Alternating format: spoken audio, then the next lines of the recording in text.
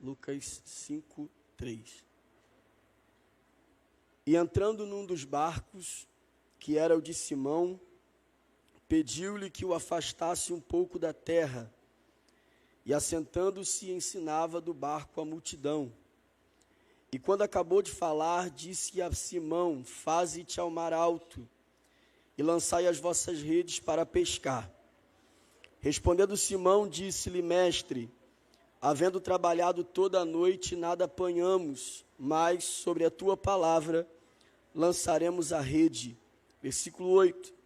E vendo isto, Simão Pedro prostrou-se aos pés de Jesus, disse-lhe: Senhor, ausenta-te de mim, porque sou um homem pecador.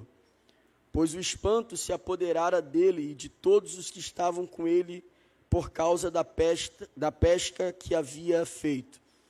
E de igual modo também Tiago e João, filhos de Zebedeu, que eram companheiros de Simão, e disse-lhe Jesus a Simão: não temas, de agora em diante serás pescador de homens.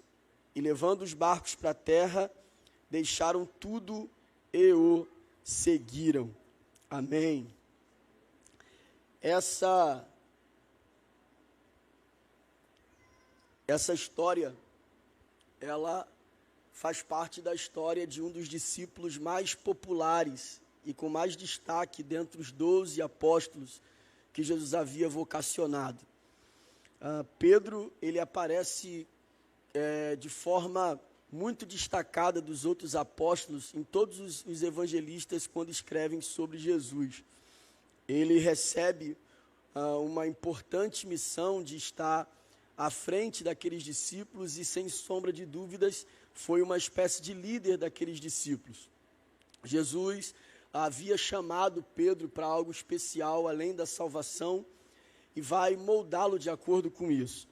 Pedro tinha graves problemas de relacionamento, de posicionamento, ele tinha graves problemas de temperamento, e isso Jesus vai escolhê-lo apesar disso e vai trabalhar na vida de Pedro para aquilo que Deus havia determinado já para ele. Esse encontro do capítulo 5 não é o primeiro encontro que Jesus tem com Pedro. Na verdade, o primeiro encontro que Jesus tem com Pedro, ou Pedro com Jesus, está em João, capítulo de número 1, a partir do versículo de número 28.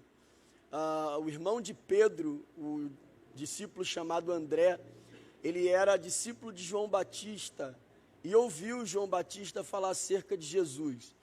Ouvindo falar acerca de Jesus, ele começa a seguir Jesus e procura saber onde Jesus morava. Quando ele descobre onde Jesus morava, versículo de número 39, diz a Bíblia que no versículo 40, André vai até em casa, chama Pedro e diz que havia achado o Messias. E leva Pedro até Jesus para conhecer o Messias, conhecer o Cristo. Nesse período em que Pedro sai de casa com André e vai até Jesus, quando Jesus vê Pedro, ou quando Pedro chega, a expressão que é usada por João no versículo de número 42 é que Jesus olhando para Pedro, e quando você lê o capítulo de número 1, você vai perceber que o chamamento dos homens que estão dentro desse capítulo, nem todos eles expressam uma riqueza de detalhes sobre aquele que foi chamado. Mas concernente a Pedro e também a Natanael, dentro do contexto, há detalhes sobre esse chamamento. Em relação a Pedro, os detalhes são dois. O primeiro, o fato de Jesus ter olhado para Pedro. Olhar aqui não é basicamente só ver ou enxergar. Olhar aqui dentro do contexto é conhecer. Até porque se você ler o versículo de número 47 e 48 de João capítulo 1, quando Natanael, que também é um dos discípulos, se aproxima diante de Jesus, Jesus olha para ele e diz o seguinte: aqui está um israelita em que não há dolo, aqui está um israelita puro. Natanael é curioso de saber por que Jesus está falando isso dele. Ele diz: da onde o Senhor me conhece? E a resposta de Jesus é: eu te vi, antes que Filipe te chamasse, eu te vi assentado debaixo da figueira. Então ver aqui está ligado a conhecer, Quando Jesus olha para Pedro, ele está deixando claro que o conhece, sabe quem ele é. Tanto é que o segundo detalhe do chamamento de Pedro é que o texto vai dizer que Jesus, ao olhar para ele, diz: tu és Pedro, tu és Simão, mas tu serás Pedro. Um outro ponto importante a ser destacado é que o nome de batismo do apóstolo Pedro não é Pedro. O nome de batismo do apóstolo Pedro é Simão. Quem dá a ele o nome de Pedro é Jesus Cristo. Jesus olha para ele e diz: tu és Simão, mas serás Pedro. Essa ideia de que ele será Pedro é mais do que uma troca de nome. É um objetivo que Deus tem para a vida dele. É o projeto que Deus tem para a vida dele. Todas as vezes que a Bíblia fala de um nome que foi trocado, mostra também que ao trocar desse nome, a vida foi mudada. Você sabe que Deus trocou o nome de Sarai para Sara, de Abrão para Abraão, de Jacó para Israel, de Josué, que era Oséias, para Josué, e tantos outros nomes foram trocados na Bíblia, e quando Deus trocava esses nomes, também mudava a sua história. Quando Deus olhou para Pedro, ele estava dizendo o seguinte: eu te conheço e vou mudar a tua história. Eu te conheço e vou transformar você. Na verdade, Jesus está deixando claro para Pedro que conhece Pedro, não gostou do que viu, mas vai transformar a vida dele. É a ideia de Jesus a chamar Pedro de Pedro, porque o nome Simão, ele tem a conotação de aquele que ouve. E o nome Pedro, aquele que é o homem da rocha, ou pedra, pedaço de pedra. A ideia de Cristo é transformar Pedro de um mero ouvinte a alguém firme, alguém estruturado, alguém que quer seguir Jesus e é uma pedra sobre outra pedra, porque Cristo é a rocha que não pode ser abalada. Então ele está olhando para Pedro e dizendo: eu olhei para você, te conheço, não gostei do que vi, mas vou mudar a sua vida. Eu vou mudar a tua história. Quando você olha para Pedro, você percebe que a expressão de Jesus, e aqui também é importante destacar, que a expressão de Jesus para Pedro é: tu serás, e não tu terás. Porque essa é a prioridade do Evangelho, o que eu me torno e não o que ele pode me dar. Jesus não disse para Pedro: tu terás. Ele disse para Pedro: tu serás. Porque a proposta do Evangelho é essa, é quem nos tornaremos nele e não o que ganharemos nele. Independente do que ganharmos nele, ele quer que nós nos tornemos alguém nele. A Bíblia é cheia de exemplos sobre isso, e dentre tantos, talvez a melhor frase que resume tudo isso é: do que adianta o homem ganhar o mundo todo, se este homem perder a sua alma? Então alguém pode conquistar muita coisa no Evangelho, mas se não se tornar alguém diferente no Evangelho, tudo que você conquistou no Evangelho não vai mudar a história da sua vida. Então, Evangelho não é sobre o que nós teremos nele, é sobre o que seremos nele. Um exemplo que dei mais cedo: Jacó, quando volta para se encontrar com o seu irmão, e acaba se encontrando com Deus no Val de Jaboque, ele agarra a Deus e diz: eu não te largo, enquanto o Senhor não me abençoar. A pergunta é: Jacó não era abençoado? Ele encontrou com Deus, ele já tinha empresa, tinha servos, tinha família, era rico, tinha filhos. E a pergunta é: ter família não é bênção, não? Família é bênção, sim ou não? Riqueza é bênção, sim ou não? Ter uma empresa é bênção? Por que então que ele cobra de Deus uma bênção? Que bênção é essa que Jacó quer, que ele não enxerga na família que tem, que ele não enxerga nos filhos que tem, que ele não enxerga no dinheiro que tem, que ele não enxerga na empresa que tem? Que bênção é essa que Jacó quer, que ele não consegue enxergar em nada do que tem? E é interessante que quando ele pede a bênção, ele não precisa falar qual é a bênção que ele quer, Deus já sabe. Prova é de que quando ele diz: eu não te solto enquanto o Senhor não me abençoar, aí Deus vai direto no problema: qual é o teu nome? Glória a Deus. Porque Jacó entendia que nada daquilo que ele tinha serviria se ele não mudasse, se ele não fosse transformado. E aí ele olha para Deus e diz: eu quero a tua bênção, eu quero que o Senhor me abençoe. E a ordem de Deus para ele é: tu eras Jacó, agora tu és Israel. Deus vai mudar Jacó, porque é um princípio que a gente precisa entender. Não confunda prosperidade com bênção,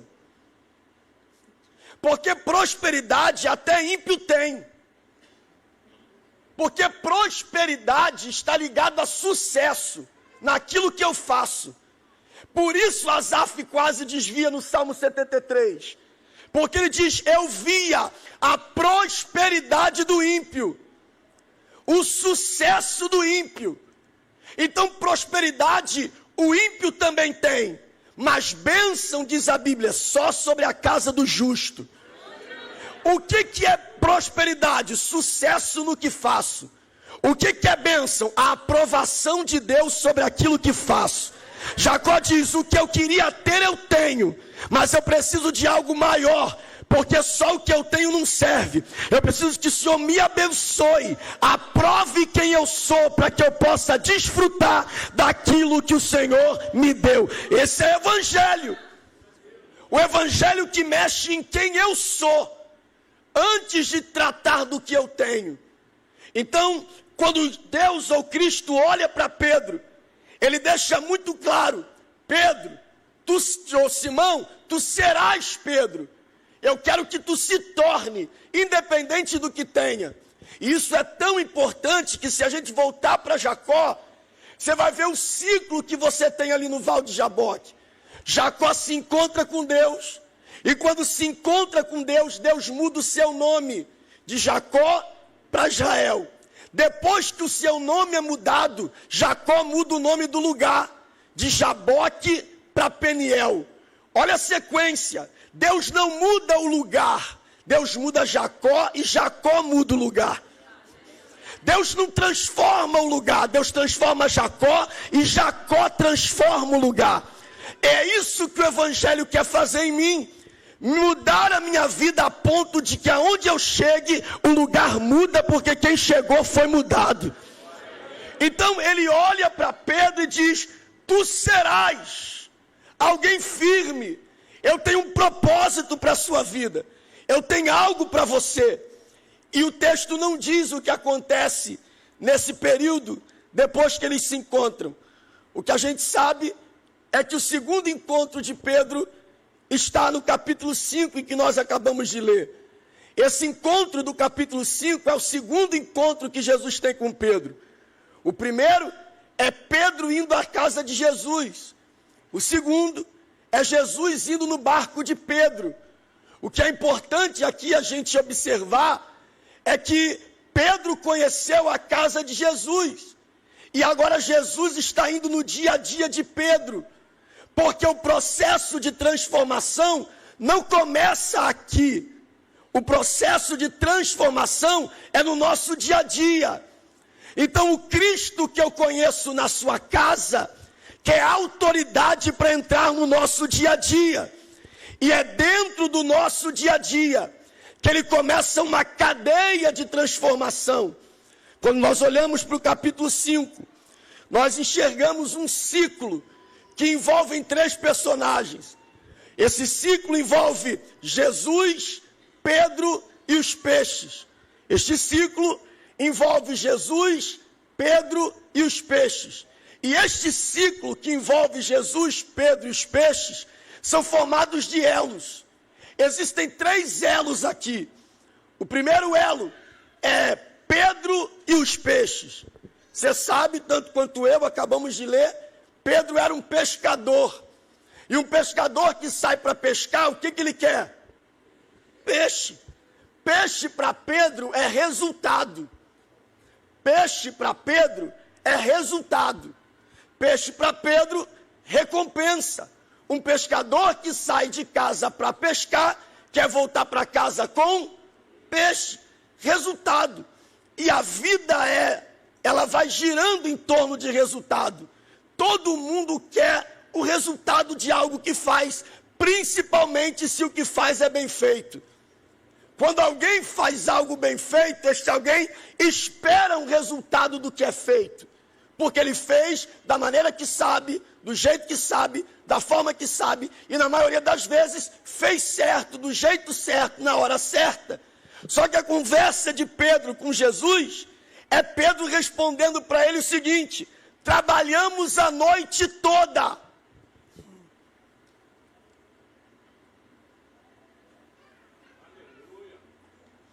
E não apanhamos nada. Pedro está dizendo para Jesus, como um bom pescador que é, que ele foi a noite toda no barco, ficou a noite toda pescando e não pegou nada. Fez tudo certo, do jeito certo, na hora certa, da forma certa, e o resultado? Negativo. Pensa um pescador que vive daquilo, alguém que sobrevive daquilo, que fez tudo certo, e agora só volta do mar sem nada. É frustrante. A frustração é terrível. E outra, não tem explicação. Pedro não consegue explicar por que é que ele faz tudo certo, da maneira certa e dá errado. Por que é que ele age da maneira correta, da forma correta e dá errado. E talvez esse seja um dos grandes mistérios da vida. Por que que mesmo quando a gente faz certo, dá errado? E a gente fica tentando entender, tentando explicar, vivendo frustrações de coisas que a gente sabe que fez do jeito certo, da maneira certa, na hora certa, e o resultado daquilo deu errado. Tem coisas que fogem à nossa cabeça. Tem coisas que fogem do nosso entendimento. Tem coisas que a gente não vai saber explicar nunca. E todas as vezes que a gente tentar explicar, é capaz de não saber, e por não saber, perder até a fé. Porque nem tudo se tem uma explicação coerente. Você viu aí Jó, que viveu a vida toda de maneira correta. Como que alguém explica para Jó a perca dos filhos? Como que alguém explica para Jó a doença da cabeça à planta dos pés? Como que alguém explica para Jó a pobreza tomá-lo a ponto dele só ficar com um caco de telha? Como é que explica para um dizimista quando ele fale?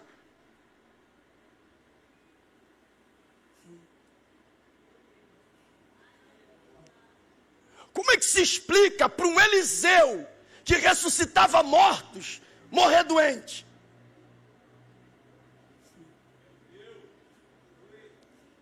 Como é que se explica alguém que faz as coisas certas e o negócio dá errado? A gente fica querendo explicações para tudo, mas tem coisas que não há explicação. A gente é tão voltado para resultado e tenta entender as coisas, que em alguns momentos a gente quer passar até a morte para o outro. Quem nunca já ficou numa situação que fala assim, fulano morreu? Aí diz, pô, tanta gente ruim para morrer. Por que isso? Por que desse jeito? Por que fulano? A gente quer tentar entender como é que as coisas funcionam, só que na vida não tem explicação para tudo. Tem coisa que não dá para explicar, tem coisa que não dá para entender, tem coisa que a gente não vai saber como é que funciona. Eu fui, é Pedro dizendo, eu não estava brincando, eu estava trabalhando. Eu não estava zombando, eu estava trabalhando, e o resultado? Nada. Eu fui atrás, eu mandei currículo, eu estudei, eu trabalhei, eu fiz isso, e o resultado? Nada. E como é que se explica? Não tem explicação. E não tem explicação porque a gente é voltado para resultados com a ideia de que se Deus só está com a gente quando dá tudo certo. A gente tem a ideia de que para que a presença de Deus esteja conosco, tem que dar tudo certo. E tem que ter explicação para tudo. Se não dá tudo certo e não tem explicação para tudo, então Deus não está conosco. Pior que Pedro diz assim: trabalhei, não peguei nada. De repente ele está esperando Jesus explicar o motivo pelo qual ele não pegou nada. E Jesus também não fala. Então, além de você não ter explicação para algumas coisas, tem coisas que você ainda vai falar para ele, esperando uma resposta, e ele não vai te responder. Glória a Deus. E aí, como é que se explica isso? Não se explica. O barco de Pedro está vazio, sim ou não? Mas Jesus está onde?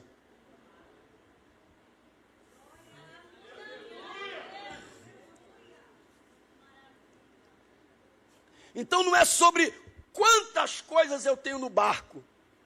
É quem está no meu barco mesmo quando eu não tenho coisas nele. Irmão, você sabe, tanto quanto eu. Vamos imaginar aqui uma coisa. Você chega na igreja mancando, quer sair da igreja o quê? Andando curado, reto. Você sai da igreja ferido, quer sair, entra na igreja ferido, quer sair, curado. E Jacó? Como é que você explica um Jacó que entrou no vale, perfeito?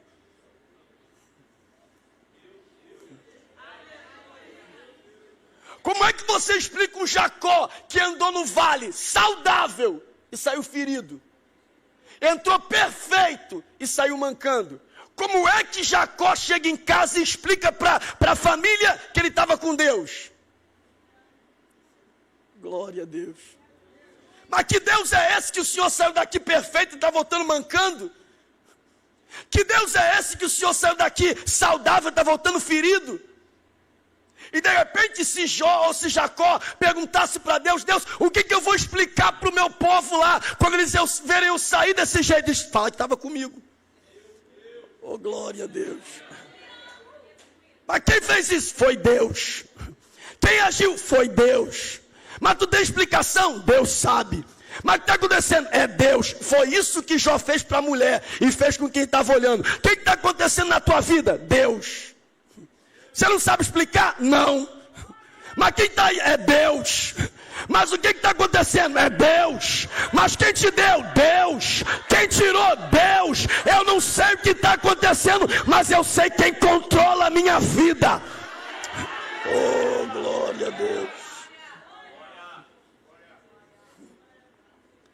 Então tem uns negócios esquisitos, irmão. Tu vem para ficar bem e fica mal. Tu vem achando que vai acontecer uma coisa, acontece outra. Isso não significa que Jesus não esteja lá. Nesse processo de transformação, você vai ter que aprender a andar com algumas frustrações, que não te terão explicação nenhuma. Oh, glória a Deus. E talvez esse seja um dos maiores desafios da espiritualidade. Você continuar firme com Deus sem ter visto nada, sentido nada, recebido nada, e continuar dizendo: eu sei que o meu Redentor vive. Glória a Deus. Livro de Jó, capítulo 5, versículo 18 diz: Ele fez a ferida. Glória a Deus. E é Ele mesmo que vai sarar. É Ele que fere, mas é suas mãos que curam. Ele sabe exatamente o que está fazendo. E se for para me transformar, Ele não vai ter pena de mim. Se for para me amadurecer, para me tornar uma pessoa melhor, para me aproximar dEle, Ele não terá pena dos meus processos e nem me dará satisfação do que Ele anda fazendo. Oh, glória a Deus. Pedro não tem resposta, mas tem presença. Glória a Deus. Pedro não tem explicação, mas tem presença. Pedro não sabe o que está acontecendo, mas tem a presença dele no seu barco. O cenário muda. Ele deixa de ser um elo envolvendo Pedro e os peixes, E agora passa a ser um cenário que envolve Jesus e Pedro. Jesus entra no barco de Pedro, ensina Pedro e dá uma direção para ele. Volta lá, no mar alto, e lança a tua rede. Você conhece, acabei de citar, e diz, olha, trabalhamos a noite toda, não pegamos nada, eu só vou voltar lá. Glória a Deus. Por causa da tua palavra. Pedro está deixando claro que eu vou fazer agora, eu não faço porque quero, porque por mim não voltaria. Oh, glória a Deus. Eu só vou me envolver com isso de novo por causa da tua palavra, porque comigo eu não me envolveria. Eu só vou fazer isso de novo porque a tua palavra mandou eu fazer, senão eu não faria. Pedro está dando uma lição para nós, irmãos, que reino de Deus não é a minha vontade, porque pela nossa vontade tem lugares que a gente nem voltaria mais, pessoas que a gente não perdoaria, situações que a gente não viveria de novo, mas que enfrentam o mesmo mar, o mesmo barco, a mesma rede, por causa da sua palavra. Pedro diz, eu só estou voltando por causa da tua palavra. Eu só vou tentar de novo por causa da tua palavra. Eu só volto para esse mesmo barco por causa da tua palavra. Eu já me frustrei fazendo isso, mas eu vou voltar para lá por causa da tua palavra. Jesus dá uma lição para nós. E qual é a lição que Jesus está nos dando? Que algumas coisas terão que ser refeitas, não porque queremos, mas por causa da sua palavra. Oh, glória a Deus. Tem que perdoar de novo? Tem, é a palavra. Tem que orar de novo? Tem, é a palavra. Tem que agir de novo? Tem, é a palavra. Todas as vezes que for a palavra, a minha vontade não deve prevalecer sobre aquilo que ele disse. Jesus está com fome no deserto, 40 dias. O diabo chega para ele e diz, tu és o filho de Deus, transforma essa pedra em pão. Qual é a mensagem que o diabo está passando para Jesus? Tu és filho de Deus e pode fazer o que quiser, inclusive transformar essa pedra em pão. A resposta de Jesus é, nem só de pão, mas de toda a palavra. O diabo está dizendo, você é filho de Deus e pode fazer o que quer. E Jesus está respondendo, por eu ser filho de Deus, é que eu não posso fazer tudo o que eu quero. Filho não faz tudo o que quer. Porque a característica principal do filho não é a independência que ele tem, mas a obediência que ele presta. Eu não sou filho porque posso fazer o que quero. Eu sou filho que mesmo sabendo que posso fazer o que quero, só faço aquilo que o Pai me direciona fazer. O que é que Pedro está ensinando para a gente? Que obediência está acima de habilidade. O barco é de Pedro, mas a voz é de Deus. O que Pedro está ensinando para a gente? Que obediência está acima de frustração. Ele diz, eu apanhei a noite toda, trabalhei a noite toda, ralei a noite toda, não peguei nada, vou voltar para lá, porque o barco é meu, mas a palavra é tua. O que é que Pedro está ensinando? Que a obediência está acima da experiência. Irmão, quem é pescador ali? Quem é pescador ali? Quem conhece de mar ali? Quem conhece de rede ali? Quem conhece de peixe ali? O que Jesus era? Oh. Glória a Deus. O que um carpinteiro tem para ensinar sobre mar a um pescador? Glória a Deus. Pedro podia dizer, meu irmão, eu tenho experiência nesse negócio. Você mexe com madeira, com tijolo, com cimento. Eu conheço de mar. Eu conheço de barco, eu conheço de peixe. Eu estou dizendo para tu que eu passei a noite toda lá. Glória a Deus. É por isso que muitas vezes nós perdemos a vitória. A gente coloca a nossa experiência acima da obediência. Não, eu conheço, eu já fui, eu sei, eu fiz. Não, Pedro disse, não, eu até já fui. Eu até conheço, mas eu sei quem está falando comigo. Eu só vou por causa da tua palavra.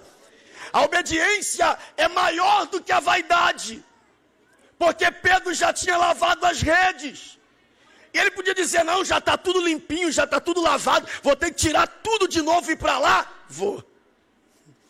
E só vou fazer isso por causa da tua palavra.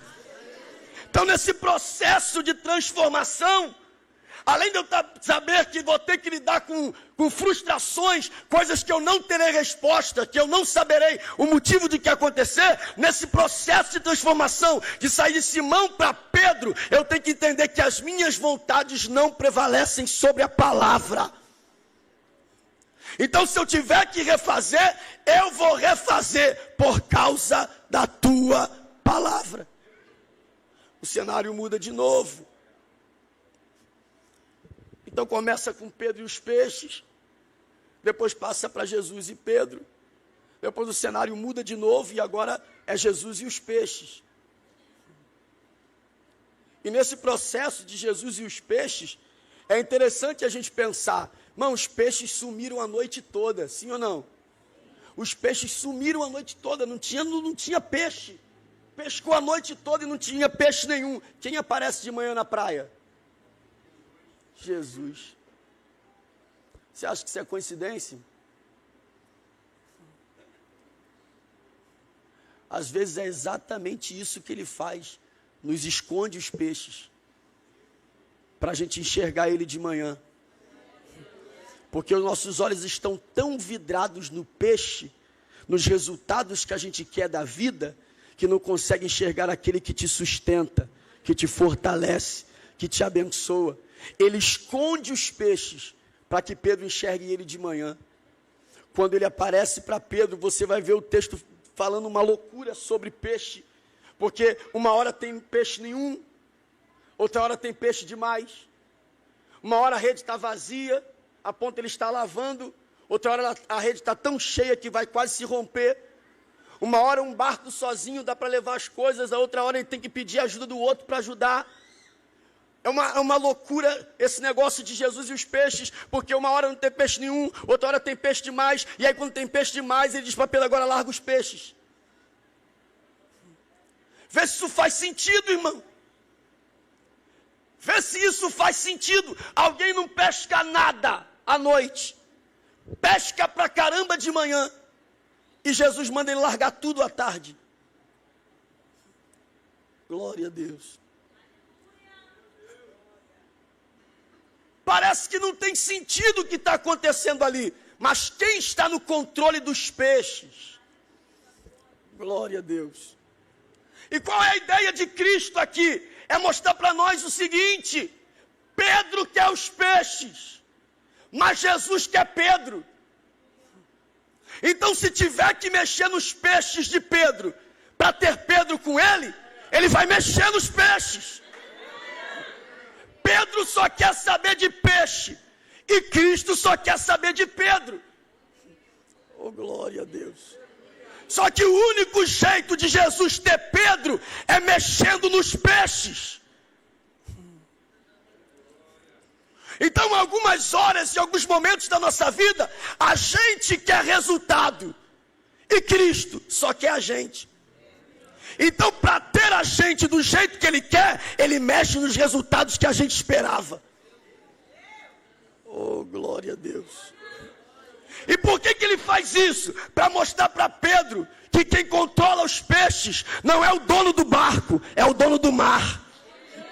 Oh, glória a Deus. Ele mexe no que eu quero, porque Ele quer a mim. E isso precisa ficar muito claro na nossa cabeça. Evangelho não é sobre o que Cristo quer me dar, é sobre o que Cristo quer que eu seja. E se Ele tiver que mexer naquilo que eu quero, para que eu me torne o que Ele quer que eu seja, Ele vai mexer nos peixes. Oh, glória a Deus. É por isso que tem hora que não tem nada, e outra hora tem demais. Oh, glória a Deus. Ele está mexendo, que o resultado que ele quer é Pedro. Esse texto do capítulo 5 não tem nada a ver com pesca.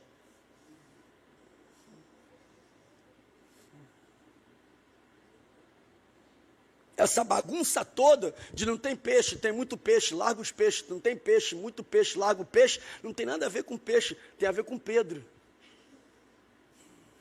Deus está bagunçando os resultados. Oh, glória a Deus. Para ter um Pedro posicionado. Deus está mexendo nos cardumes para ter um Pedro posicionado. Deus está fazendo bagunça santa no mar para ter o pescador do lado dele. Ele está mexendo de propósito. Ele tira, ele coloca, ele arranca. Ele vai mexendo do jeito que ele quer, no que Pedro quer, para ter Pedro com ele. Esse texto não tem nada a ver com pesca de um peixe que sumiu. Tem a ver com um Pedro teimoso, que focado em resultados, não está ligando para estar posicionado. E aí Deus tem que mexer nos resultados para fazer com que Pedro se posicione do jeito que ele quer. O que é que Jesus está mostrando para Pedro? Tu não precisa dos peixes. Você precisa me seguir. E os peixes, já te mostrei, que se você me seguir, você não corre atrás de peixe. Oh, glória a Deus. Aleluia. Porque você trabalhou o tempo todo e não pegou nada. Se você trabalhou o tempo todo e não pegou nada, quem é que botou peixe na tua rede? Oh, glória a Deus. E se você trabalhou tanto e não pegou nada, quem é que tirou o peixe da tua rede? Glória a Deus. Não é sobre as nossas habilidades, é sobre o controle daquele que domina todas as coisas. Depois você vai ler o texto com calma, e depois você procura as passagens de Jesus e de Pedro, e você vai perceber que Jesus, Pedro e peixe estão sempre juntos. Tem uma hora em que Pedro precisa pagar o imposto e ele não tem dinheiro. O que Jesus diz para ele? Vai pescar peixe. Mas ele não precisava de peixe, ele precisava de dinheiro. Glória a Deus. Só que Jesus vai mostrar para ele o que ele iniciou lá no capítulo 5, dizendo: pode largar o peixe, porque você não precisa de peixe, você precisa de mim. E quando você estiver comigo, quando você precisar de alguma coisa, eu vou te dizer onde está o peixe. Oh, glória a Deus. No capítulo 21, eles se encontram de novo. Capítulo 21 de João. Pedro está meio afastado, acabou de negar Jesus. Jesus ressuscitou. Eles estão pescando de novo. É a mesma cena. E nessa mesma cena agora Jesus vai zombar deles. Jesus grita da terra: pegaram alguma coisa aí? Eles gritam de lá: pegamos nada. Jesus daqui: tenta do lado direito. Pedro olha para João, João olha para Pedro e diz: isso não te lembra nada não? Oh, glória a Deus. Eu acho que a gente está de novo no lugar errado, fazendo a coisa errada, do jeito errado, porque ele não chamou a gente para isso não. Oh, glória a Deus. Quando eles metem a mão na rede, eles não conseguem puxar. São 153 grandes peixes. Eles não conseguem puxar.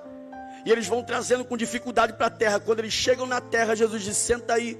Quando eles sentam, do lado deles, uma fogueira com peixe assado. Eles se matando a noite toda para pegar um peixe vivo.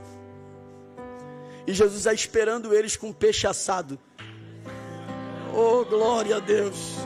Jesus já aguardando eles na terra com aquilo que eles foram buscar. É Jesus dando uma ordem para Pedro, trazendo a memória de Pedro: Pedro, não é sobre o que você quer, é sobre o que eu tenho para a tua vida. Se você estiver onde você tiver que estar, uma coisa extraordinária vai acontecer. Como é que ele vai fazer? Eu não sei. Eu só sei que ele quer que a gente esteja nele. Por quê? Porque nele está tudo o que a gente precisa.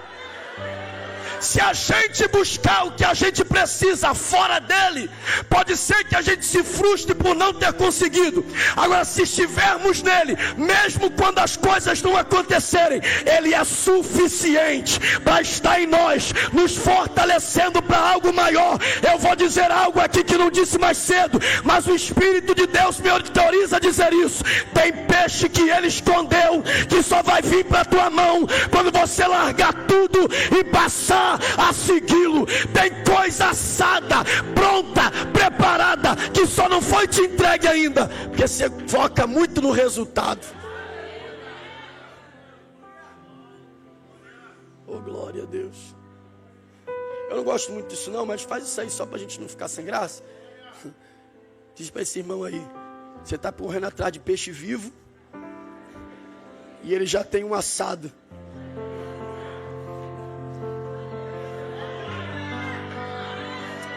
Oh, aleluia.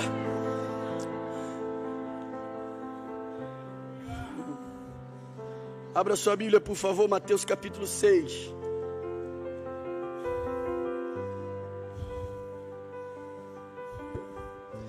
Mateus capítulo 6. Abra aí. Versículo de número 26.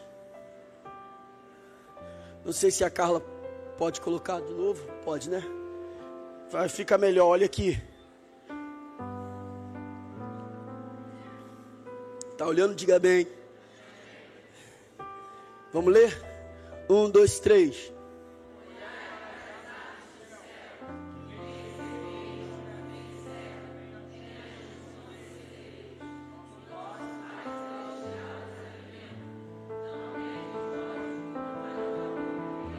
Presta atenção. Gênesis capítulo 1, versículo 20. Deus dá uma ordem. E qual é a ordem? Que as aves voem no céu. Que as aves. Então, para onde as aves foram criadas? Para o... Então, as aves voando no céu, elas estão vivendo onde foram criadas para viver, sim ou não? Então, para onde as aves foram criadas para viver? Então, quando Jesus diz assim, no versículo... Eita, a irmã até pulou aqui já. É mistério. Volta lá, varoa. Que agora você me embolou, quase infartei. Olhai para as aves do céu. Isso deixa claro que as aves estão aonde? Que esse era o lugar que eles foram criados para estar. Então, quando você está vivendo no lugar que você foi criado para estar, você não semeia. Você não se preocupa em cegar. Você não junta em celeiro. Porque o vosso Pai Celestial te alimenta. Olha o versículo 30 de Mateus 6. Olha o que ele diz. Isso, pois, se Deus assim veste a erva do campo, que hoje existe, amanhã lançado no fogo, não vos vestirá muito mais a vós, homem de pequena fé? Isso também está em Gênesis. Não precisa mudar não, cara. Mas em Gênesis 1:11 vai mostrar pra gente que Deus criou a terra e mandou a terra produzir a erva. Então é ordem de Deus que o campo produza a erva, porque a erva é do... Irmão, se a erva estivesse no céu e a ave no campo, não tinha provisão. Só tem provisão para a ave, porque a ave está no lugar onde ela tinha que estar, no céu. E só tem provisão para a erva, porque a erva está no lugar onde ela foi criada para estar, no campo. E é tão extraordinário que ele fala sobre a erva do campo, que ele diz, nem Salomão. Irmão, você sabe quem foi Salomão? O rei mais rico que já existiu. E ele diz, nem Salomão se veste como eles. Não é sobre ter riqueza para se vestir. É isso que ele está querendo dizer. Porque Salomão era rico, mas não conseguiu se vestir como eles. A providência não está no que eu tenho, está no lugar onde eu nasci para viver. Então, as aves do céu recebem providência porque elas estão e foram criadas para o lírio dos campos, ou erva do campo, recebe providência porque foram criados por. Aí vem versículo 33. Mateus 6, 33.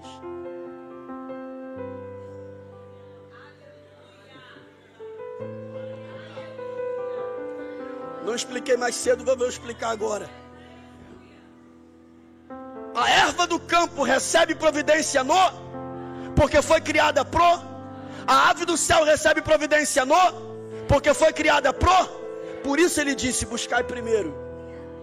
Porque em Gênesis 1, 26 ele diz, façamos o homem para quê? Para que seja a nossa imagem e semelhança. A ave foi criada para o céu, o lírio foi criado para o campo, mas o homem foi criado para Deus. E aí ele diz: se vocês buscarem o reino de Deus, vocês não correm atrás de peixe vivo, porque eu já tenho peixe assado preparado para vocês. É só preciso estar na mão dele, porque o que ele precisa, o que ele tem, já está preparado. Volte para Deus, esteja em Deus. Deus quer você.